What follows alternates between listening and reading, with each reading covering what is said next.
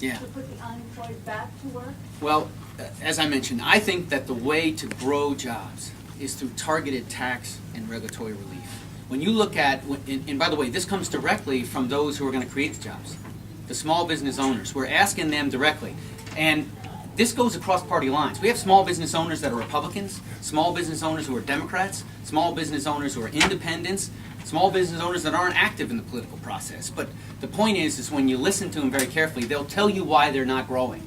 They're not expanding because of the levels of taxation, the regulation. And in many cases, let me give you some example on regulations. We have contractors, builders, we've got a wide variety of small business owners that are dealing with a regulatory process that sometimes sends them in different directions. You've got the EPA and the Army Corps of Engineers that are giving them direction in one way. Then you've got the DEC that's moving in another direction. In some cases, even within the DEC.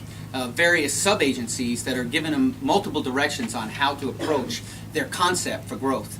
What we need to do is find like-minded souls at the federal, state, and the local level that understand or are empathetic with those that are going to create the jobs. And we need to bring a more common-sense, streamlined approach to the regulatory process. And you know, the other piece of this is how we interpret and apply Section 404 of the Clean Water Act. We've got to take a look at that. I'll give you an example. We had a small business owner in Columbia County. He worked for 5 years to try to get his project through the Army Corps of Engineers. He was, he was looking to mine and to recover peat in Duanesburg. This was a project that was going to create 6 to 7 jobs. Okay, that's not 200 jobs, but you know what? It was 6 to 7 jobs, and they add up over time. And in this case, it took him 5 years to work through this process. And in the end, the Army Corps of Engineers decided that the application of the wetlands definition was going to be rescinded once some minor mitigation was done to the land. But you know what? Think of the cost there, the transaction costs, what it cost to retain the lawyer, to continually work the transaction matters throughout 5 years. And that stood in the way of growth. In the end, the Army Corps retreated from the position. And so now we're going to go forward with the proposal. We've got to find smarter ways to balance the environment and the economy. We love this environment. That's one of the reasons why we're here. We love the Hudson Valley, the Adirondack Park, but there's got to be smarter ways in the way that we balance this. And the same thing goes for the safety regime. When you look at OSHA, I'll tell you, I was talking to a small business owner in Delaware County.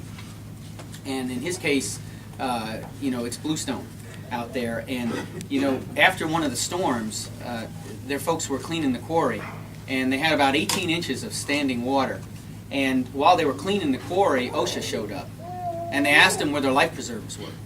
They got fined. They got fined for that. So we've got to take more of a commonsensical approach to all these matters, and we will. That's what we're looking to do, is bring targeted tax and regulatory relief, because the jobs are actually out there right now if we can get them through the regulatory process. Thank you for that question.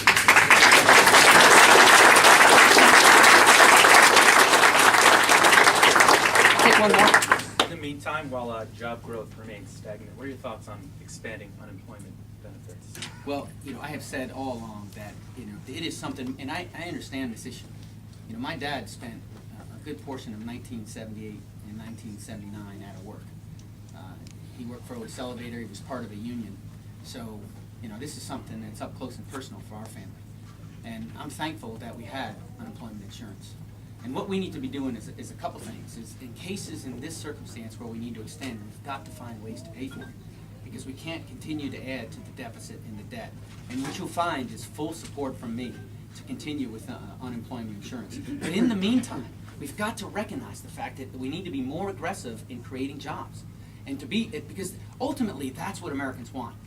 Yes, they may need unemployment insurance for a period of time, but what they really want is a meaningful job and to live to their God-given potential. And so we have to be more aggressive. We need more leadership. We shouldn't have a situation where we have no budget.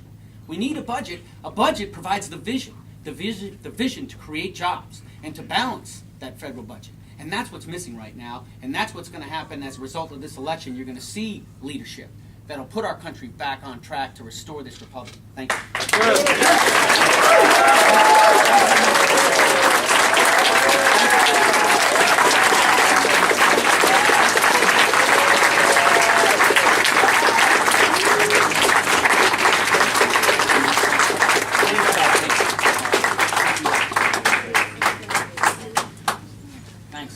and gentlemen. Thank you very much. That's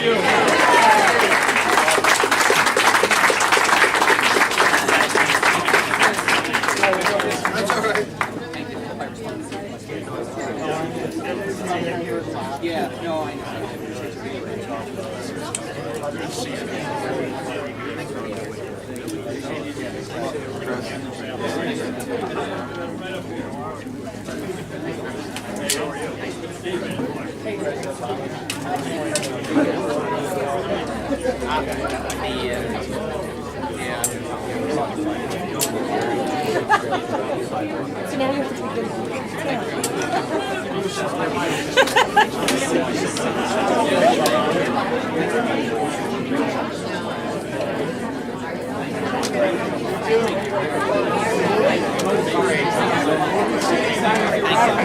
Yeah, I appreciate it.